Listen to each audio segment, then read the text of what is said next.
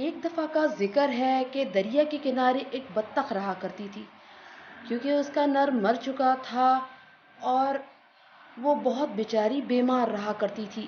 ایک دن اس کی طبیعت بہت زیادہ خراب ہو گئی تو وہ ڈاکٹر کے پاس گئی۔ ڈاکٹر نے اس کو بتایا کہ اس کی بیماری ایسی ہے کہ وہ جلد مرنے والی ہے۔ اس کو یہ سن کر بہت صدمہ ہوا، کیونکہ اس کے پاس ایک انڈا تھا جس سے جلد ہی ایک بچہ نکلنے والا تھا۔ اس کو یہ فکر لگ گئی کہ اب اس بچے کو سنبھالے گا کون، لہٰذا وہ اپنے سارے دوستوں کے پاس گئی جو جنگل میں رہتے تھے۔ انہوں نے اپنے سب دوستوں سے بات کی اور ان کو اپنی بیماری کے بارے میں بتایا کہ میں جلد ہی مرنے والی ہوں، تم لوگ میرے بچے کو اپنا سایہ دو، لیکن سب نے مدد کرنے سے انکار کر دیا۔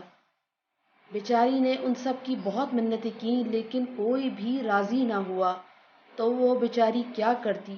لہٰذا اس کے ذہن میں ایک خیال آیا کہ وہ اپنے بھائی مرغ سے بات کرے۔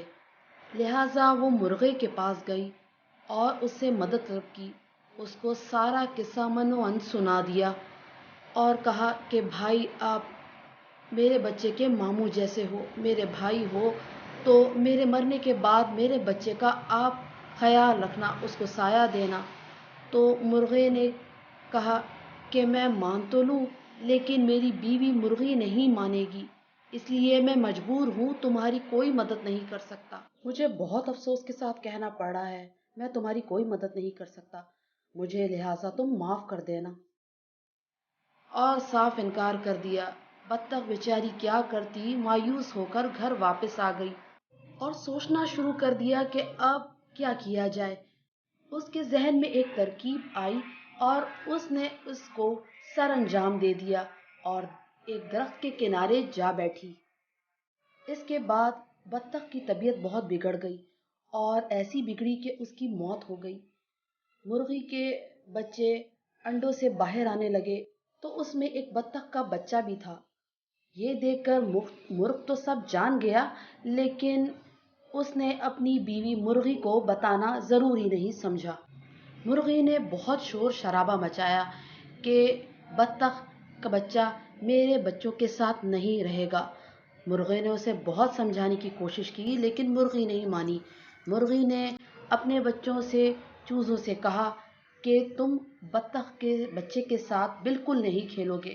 سب نے بات وقتی طور پر تو مان لی، لیکن چوزوں نے اس کو ساتھ نہیں چھوڑا اور جہاں بھی جاتے اس کو لے کر جاتے، جو کھاتے وہ بطخ کے بچے کو بھی کھلاتے، اپنے ساتھ بٹھاتے۔ مرغی کو بطخ کے بچے سے سخت نفرت تھی، وہ اس کو دیکھنا بھی پسند نہیں کرتی تھی۔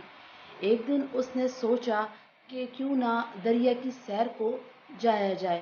جب ہم دریا کی سیر کو جائیں گے تو واپس آنے لگیں گے، بطخ کے بچے کو وہیں چھوڑ دیں گے، اس طرح سے اس سے جان چھوٹ جائے گی۔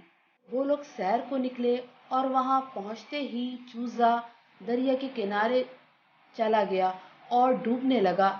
یہ دیکھ کر مرغی بہت چلانے لگی، چیخنے لگی، تو بطخ کے بچے کو تیرنا آتا تھا، وہ دریا میں اس نے چھلانگ لگا دی اور چوزے کو نکال کر باہر لے آیا۔ مرغی نے جب یہ دیکھا تو وہ بہت شرمندہ ہوئی اور اس نے بطخ کے بچے سے معافی مانگی اور اپنا اس کو بیٹا بنا لیا اور وہ سب ہنسی خوشی رہنے لگے۔